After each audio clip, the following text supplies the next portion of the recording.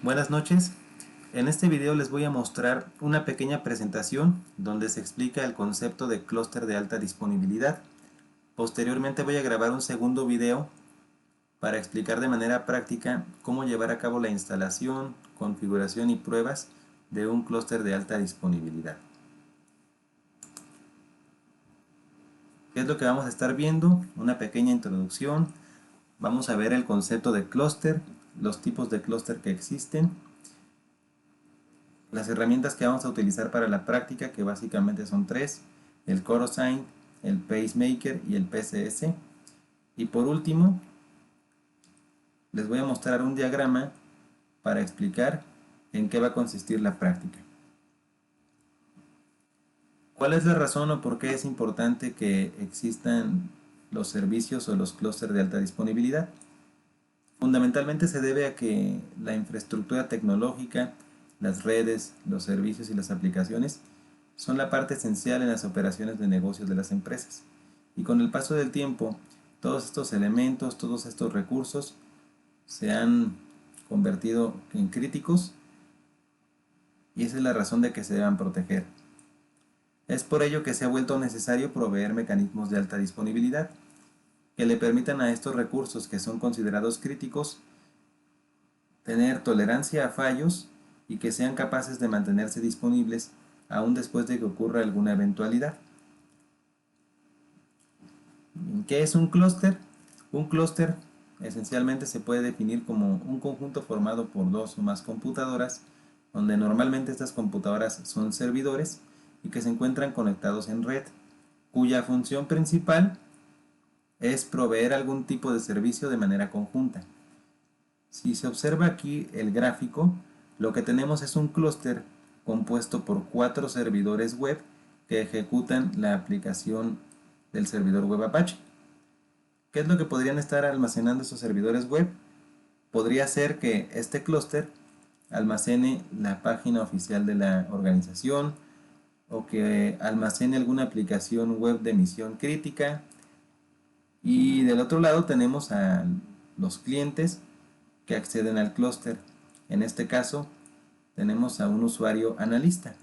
Aquí en la parte de clientes puede ser uno o pueden ser n clientes. No hay ninguna limitación. ¿Cuáles son los tipos de clúster que existen? Bueno, primero que nada hay que establecer que un clúster se puede implementar a través de cualquier servicio de infraestructura, pero siempre y cuando se ejecute algún tipo de aplicación que permita agrupar los nodos dentro del clúster y gestionar los recursos activos y pasivos de dicho clúster. ¿Esto por qué? Porque los servidores por sí solos no son capaces de funcionar en modo de clúster. Las capacidades, la funcionalidad de clúster se consigue a través de la instalación y configuración de aplicaciones de software. ¿Y cuáles son los clústeres más comunes?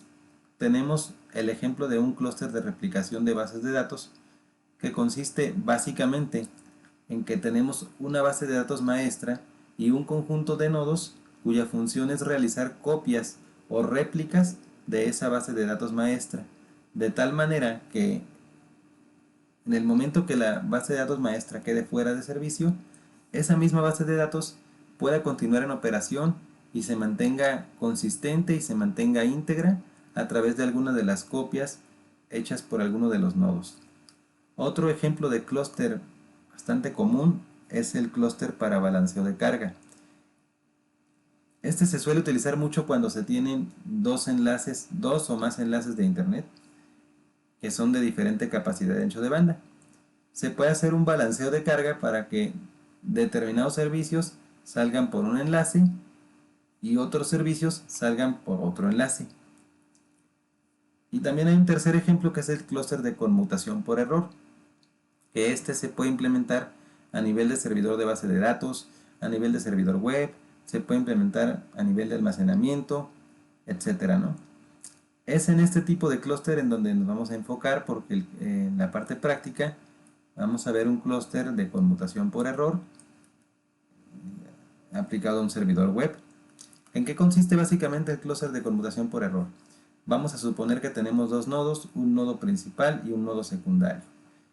Y en el caso de que el nodo principal quede fuera de servicio, de manera automática y transparente para el usuario final, el nodo secundario toma el rol del principal y ahora es a través de él que se están proveyendo los servicios que se encuentran en ejecución. Básicamente en eso consiste el clúster de conmutación por error. ¿Cuáles son las herramientas que vamos a utilizar para la práctica? Bueno, les decía, primero que nada nuestro sistema operativo CentOS 7 y después sobre este sistema vamos a instalar la herramienta CoroSign que nos permite agregar los nodos al clúster. Enseguida el pacemaker, que el pacemaker es fundamental porque es la que nos va a permitir gestionar los recursos del clúster. Y posteriormente tenemos el PCS, que el PCS es simplemente una interfaz de línea de comandos que nos permite interactuar con el pacemaker.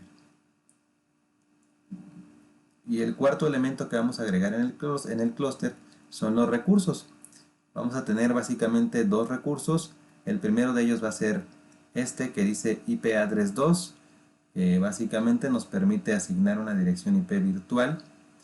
Y un segundo recurso que va a ser el recurso de Apache, que nos va a permitir pues, gestionar el servidor web. Observen que ambos recursos tienen aquí la palabra Heartbeat. Esto del Heartbeat, el Heartbeat son un conjunto de scripts que se ejecutan a través de pacemaker y estos scripts son los que permiten que los recursos del clúster funcionen. Son los que hacen funcionar los recursos del clúster. ¿Sí? Esto del Heartbeat es algo también fundamental. Entonces, básicamente estas son las herramientas que vamos a utilizar para la práctica. Y ya por último, el diagrama. ¿En qué va a consistir la práctica? Básicamente vamos a tener tres máquinas virtuales. Una que va a ser cada una de ellas va a tener su nombre de dominio y su dirección IP. Nombre de dominio y dirección IP.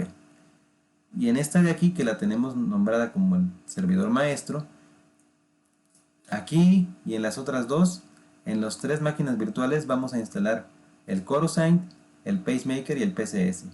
Pero solamente en esta de aquí vamos a agregar los recursos del clúster, que va a ser el Heartbeat IP address 2 y el Heartbeat Apache. Y posteriormente lo que vamos a hacer es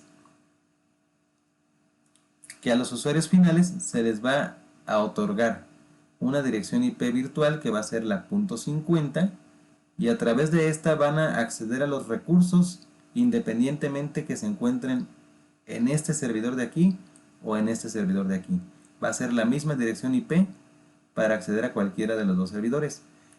Posteriormente vamos a provocar un fallo de tal manera que este servidor de aquí quede fuera de servicio y de forma automática y transparente vamos a ver cómo se hace el cambio y este segundo servidor se convierte en el servidor principal y los usuarios finales siguen teniendo acceso a los recursos que estén almacenados en este servidor a través de la misma dirección IP. No tienen que saber que existen dos servidores, el usuario únicamente digita la dirección IP y tiene acceso a los recursos independientemente de que se estén ejecutando en este servidor o en este otro servidor. Y básicamente con eso terminamos la explicación teórica. En el siguiente video vamos a comenzar a hacer la práctica, que espero les guste mucho y les sea muy útil y les pueda funcionar para sus trabajos. Gracias.